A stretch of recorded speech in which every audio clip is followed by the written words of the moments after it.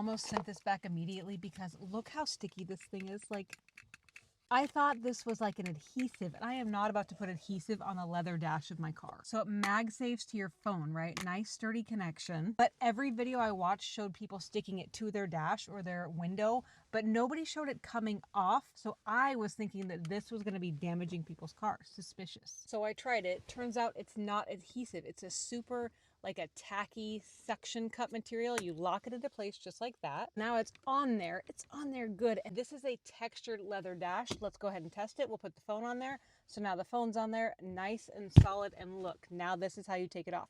You break the suction like this, and then you'll grab the tab and pull it off. And look, my leather dash is not ruined at all, and this thing is still super sticky. I know, some kind of sorcery, if you ask me. I was completely prepared to hate this, but I actually love it. So if you want to check it out, I'll link it for you.